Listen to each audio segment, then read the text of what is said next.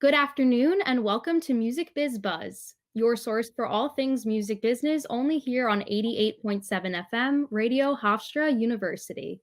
I'm your host, Catie Egan, and today I am joined by Emily White, former touring manager of the Dresden Dolls and founding partner of the artist management group known as Collective Entertainment. A number one Amazon best-selling author, White has dove into almost every facet of the music industry, including radio promotion, public relations, music journalism, touring, and artist management. She's here today to talk to us a little bit about the history of her career, as well as the current state of the music industry. Emily, how are you doing today? I'm great. How are you doing, Catie?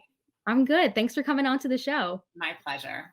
So first, why don't you tell us a little bit about your first jobs, your first internships? How did you ultimately get your starting in like college? Yeah, definitely. I'm a village in Wisconsin where I knew no one in the music industry. Now I know too many people. So yeah, I say that because I got my first internship through my university, Northeastern University in Boston. Got it through the school's database system at Powderfinger Promotions. From there, I interned at WBCN, which was a great alternative station in Boston.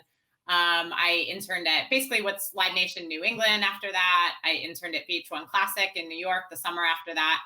Really, each internship led to the next. And then I met a band called the Dresden Dolls that fall. They were playing on campus, and I started interning for them, doing merch, tour managing, day-to-day management, became their manager. And that really led to my first job out of college. They did end up getting fabulous management, Mike Luba at Madison House. And Luba ended up hiring me, and we worked it out where I would tour manage the band and go all over the world. And then when I wasn't on the road, I would work as a part of the band's management team at Madison House in New York. Really cool. So you kind of jumped into some of my next questions, but how do you feel those internships led to the success of your career today? What were some of the key takeaways, major things you learned in those internships? I mean, internship.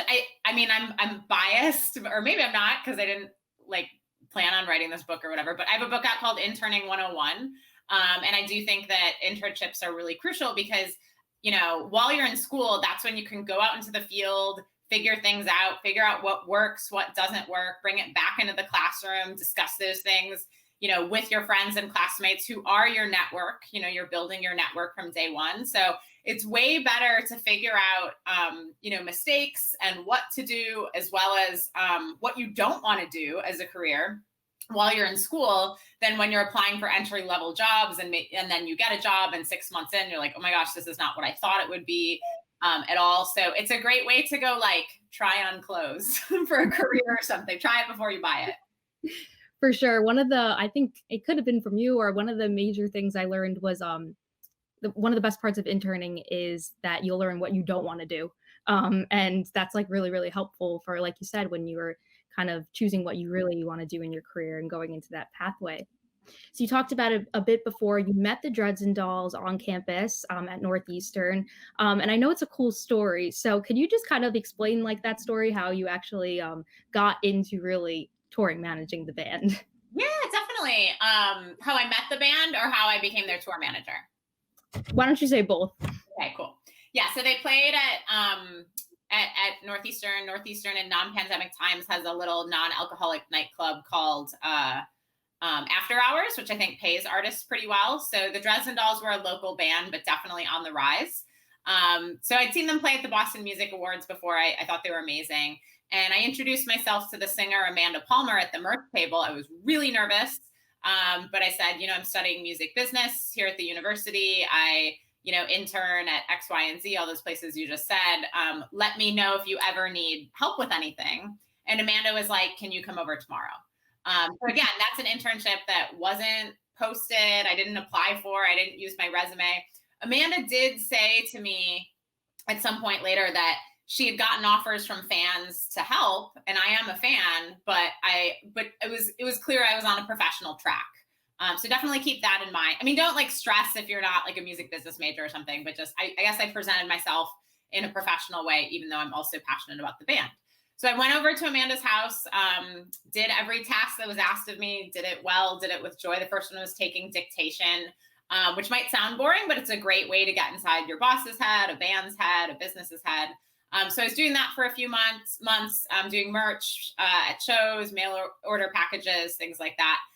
And the band was going on their first national tour the following semester. And I was on co-op, which basically means interning. So I was at Amanda's house. I was really nervous. I was like, hey, I put national tour in quotes because they self-booked it, but they were also going to South by Southwest. And so I said to Amanda, hey, I'm on co-op internship next semester. I'd love to tour manage you guys. I don't know what I'm doing, but I can at least sell your merch. And Amanda's like, this is a really serious decision. It's a band decision. I have to ask Brian. It's a 2-person band. So like a week went by and I was like, tell my friends I might be going to South by. And I waited till like a quiet moment, like a week later, I was at Amanda's house and I said, oh, did you get a chance to talk to Brian about me tour managing? And he was in the other room. So Amanda was like, hey, Brian, can Emily be our tour manager? And he's like, yeah, that's cool. So there's, Amanda actually has a best-selling book out called The Art of Asking.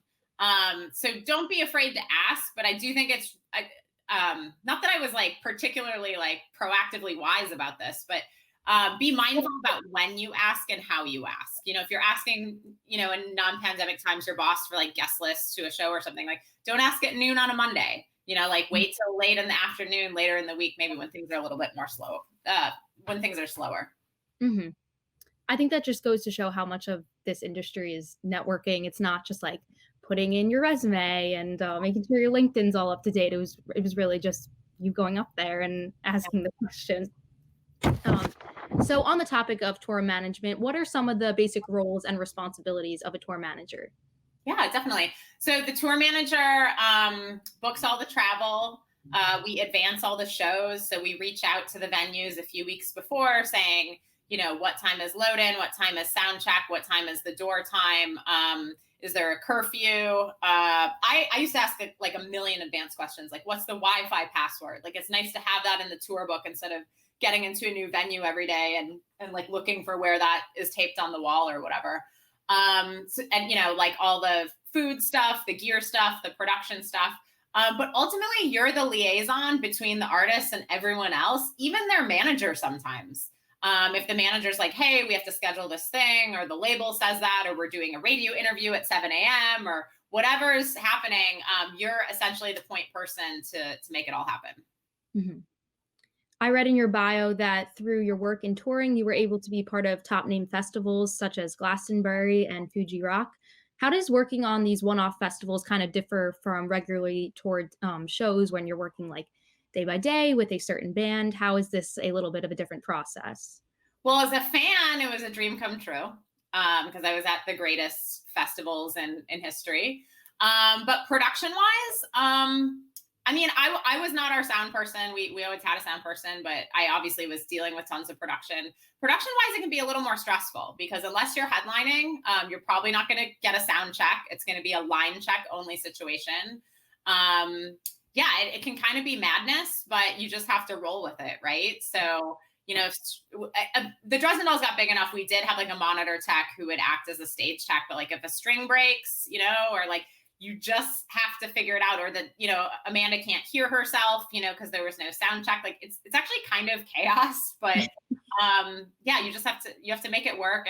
And artists kind of have to think about what it was like back in the day, like when they never got sound checks and kind of tap into that. But it's, it's really wild. And I also founded the I Voted Festival, which just happened. And it was the largest digital concert in history, all in support of voter turnout.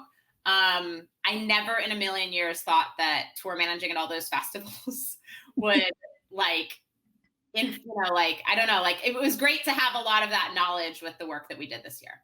Right. So you were talking about like, oh, someone doesn't get a sound check or something like this. Why don't you tell us what were one of the biggest challenges you faced as a touring manager? It's hard to say. It was a long time ago. I remember the Dresden Dolls had a big 2-night DVD shoot at the Roundhouse in London, which is a very famous venue from like the 70s, but it had been closed forever. And so they refurbished it and they were opening it and we were the first show. And like everything that could have gone wrong did. It's like my boss / the band's manager wasn't there. Like my assistant / best friend / merch person was at a wedding.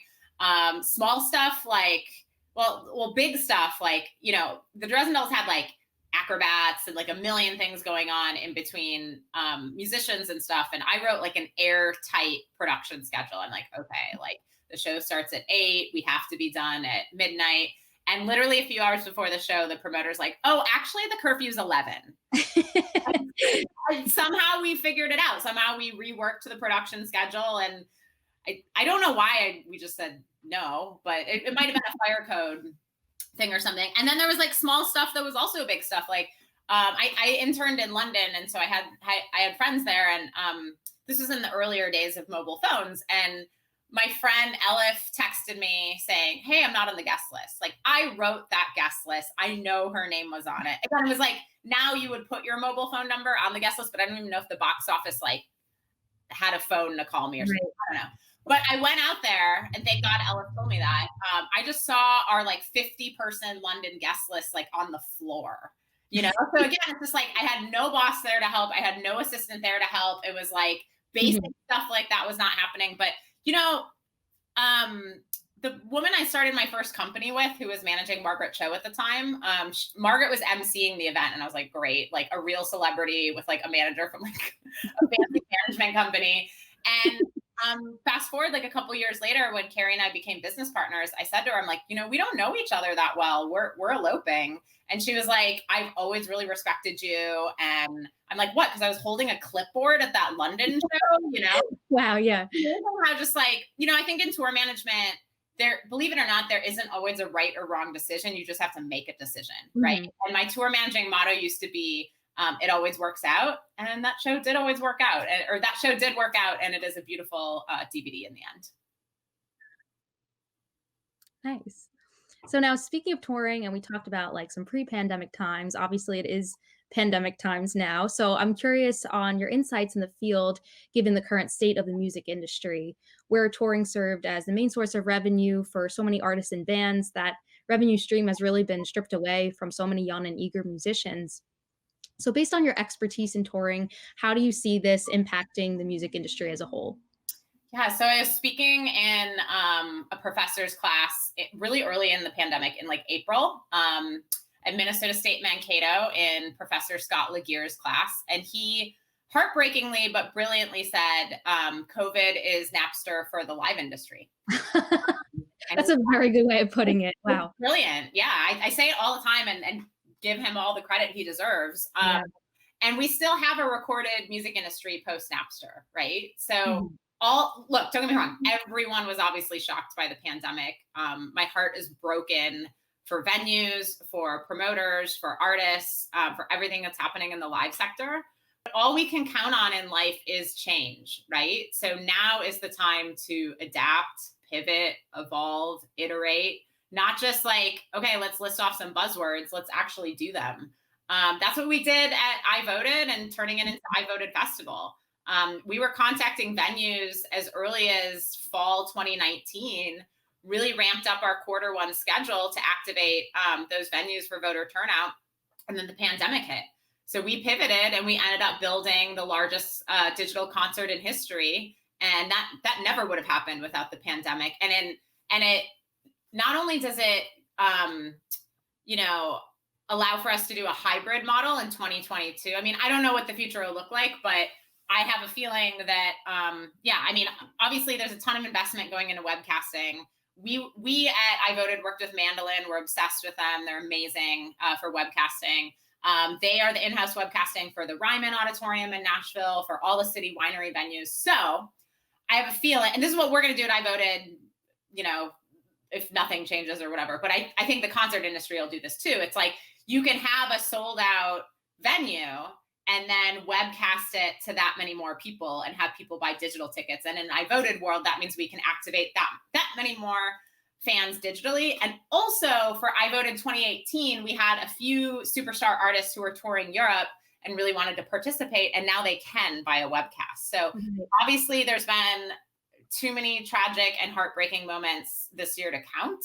But there there is going to be some innovation and good things that come out of it at the end of the day. Hmm. That hybrid model you were talking about was really cool, and I think the I Voted festival was obviously something different than just like an artist going on a live stream or an artist hosting a little like Q&A session with their fans on Zoom. So I was wondering, as we enter into more of this digital world of touring, do you think the market can become oversaturated, and how can artists stay unique in a time where like every artist is going and doing a live stream on Instagram, every artist is maybe hosting a Zoom Q&A for their fans? Like, how can they be different in this digital world of touring? Yeah, I mean, every market is oversaturated, right? Like, on one hand, like, I love the modern music industry because basically anyone with a laptop can record and distribute their music worldwide. It's completely broken down a lot of barriers. But at the same time, that's why you have to cultivate your fan base and you have to make great art and connect with your fans and not worry so much about what the Instagram live next door is, what's going on with that. It is all about cultivating and building and growing your fan base. So focus on your own green grass, stay in your lane. If you really can't handle the FOMO, reach out to that artist and connect with them, which is not something you would have been able to do in the pre-digital world a long time ago. So yeah, everything's oversaturated. The pre-pandemic festival market was oversaturated. The touring market was oversaturated. I mean, I could do a whole interview or blog or something on that. Like books are digital now. That's oversaturated. TV is digital. You know what I mean? So that's why it's like, you have to make great art and you have to connect with your audience and you have to focus on building that up. Mm-hmm. So moving on from touring management, you also have partnered to launch artist management group known as Collective Entertainment, representing artists such as Julia Nunes and Torres. So what are some of your daily responsibilities in artist management? Yeah, I'm doing less management than ever. But a manager sets the short and long-term plan with the artists, and we assemble the team around the artist, or we inherit the team around the artist, often making changes to that team, always with artist approval. And then we work with that team to make sure they are prioritizing the artist towards the short and long-term goals. So I've worked in talent and managed talent for a long, long time. That got a little backburnered this year because of I Voted. Our roster was and is so supportive of I Voted and voter turnout. It's really a dream. Julia's super busy. She is a very pandemic-proof artist. I definitely encourage you to check her out if you're trying to figure out how to navigate all this stuff. And and full credit goes to my amazing business partner, Melissa Garcia, who manages Taurus. But that's what an artist manager does at the end of the day. Cool. And what is one of the most difficult parts of artist management? I know you're not in management so much per se right now, like you said, but what is difficult about artist management? I think that maybe this is the case with any job, but maybe not. It's not. You're all human beings, right? So there's your own self-care as the manager, right? And like trying to make sure you're putting your own wellness first, which again, my roster is awesome about. I'm really upfront about that. Like before we work with anyone, like, hey, like I'm not going to work on a weekend unless there's an emergency, and I'm not going to be available 24/7, but I will be available all day during business days, which is pretty good. Most difficult thing. And then that you are, that it's up to the artist at the end of the day, right? Like on one hand, this is like why Julia Nunes and I work together so well. I was just on a panel with her and she was talking about, she'd worked with industry people before where like she felt bad if she was turning something down or she wasn't like feeling it, for whatever reason. And I'm always super supportive about that. But at the same time, it's difficult when artists make mistakes and you are presenting the right answer and you're like, here's why we should do this because of X, Y, and Z. And so at the end of the day, they're human beings. It's their career. I'm not a puppet master. I mean, I'm glad they're making, I'm glad that artists approve everything. That's definitely management 101. But it's tough when, that there's a mistake made, that the artist just doesn't see why they should do X, Y, and Z. But again, that just comes down to human beings. That's like me saying, like, I want my weekends off too. It's like they break too. So you're beholden to someone else's career, is what I'm trying to say, if that makes sense. Yeah, makes sense. So, as mentioned before, you are an Amazon #1 bestselling author. So, can you tell us a little bit about the two books you've written concerning the music industry and what were kind of the inspiration behind the two books? Yeah, definitely. So I mentioned Interning 101. I did not set out to be an author for either book. Interning 101, I felt like I was explaining a lot of basics to my interns over and over. And I just felt like, okay, well, why don't I create like an interning handbook for the company? And then you can reference that and we can work on higher level things, which is usually what students want. So I had two phenomenal interns one summer, and I turned to them and I was like, if I turn this into a 100-page how-to book, would this be helpful for you and your classmates? And they were like, yes. So I was like, okay. So did that. And then, yeah, the second book, How to Build a Sustainable Music Career and Collect All Revenue Streams, came out March 5th of 2020. So awesome release date. Right. Kind of what I'm explaining and what I explain in that book about, building your fan base, taking care of that audience. Like that's what happened with that book. Like it went to #1 on Amazon. I see artists and industry people like constantly posting about it, sharing it. I get back to everyone. I say yes. I mean, I'm happy to say yes to this, but I say yes to stuff like this, like all the stuff you should be doing as an artist. And I had no help with that book. I had no team. The publisher I was with fell apart. Like I said, it was a pandemic, everything was canceled. So that book literally like takes you through the modern music industry from recording to release or creation to distribution. I do think that information is out there. I've just never seen it put in order in like steps. It's a 12-chapter book, so like steps 1 to 12. Mhm. And I feel that the traditional music industry was set up decades ago, like in the 1950s, to confuse artists. So in non-pandemic times, I see artists at, spending a ton of money to be at South by Southwest and things like that. And I'm sure you see them at your conferences too, like just grasping at nuggets of information. Like, okay, this is what Sound Exchange is. Like, this is what PR. And again, if it's something that was designed to be confusing initially, if you're teaching it out of order, that's going to be super confusing for artists, super confusing for the educator. So so I wrote all that down. It's the information that artists always want from me, that they want to get coffee and pick my brain. And I just felt that I was having the same conversations over and over. So I'm like, why don't I just write it all down for all of you? And if it would have helped one artist, I would have been thrilled. But like I said, the fact that I see artists posting about it every day just completely warms my soul and my heart. Right. And I think a lot of students as well, right? It's been used as a textbook in like multiple universities. Every day I'm getting emails from more and more professors. So yes. That's awesome. So you talked a little bit about it before, but I wanted to talk a little bit about the I Voted Festival. We're talking about a lot of things that happened in 2020. So obviously we had a big election. So what was the inspiration behind launching the festival, and how did that festival come to be something that included musicians?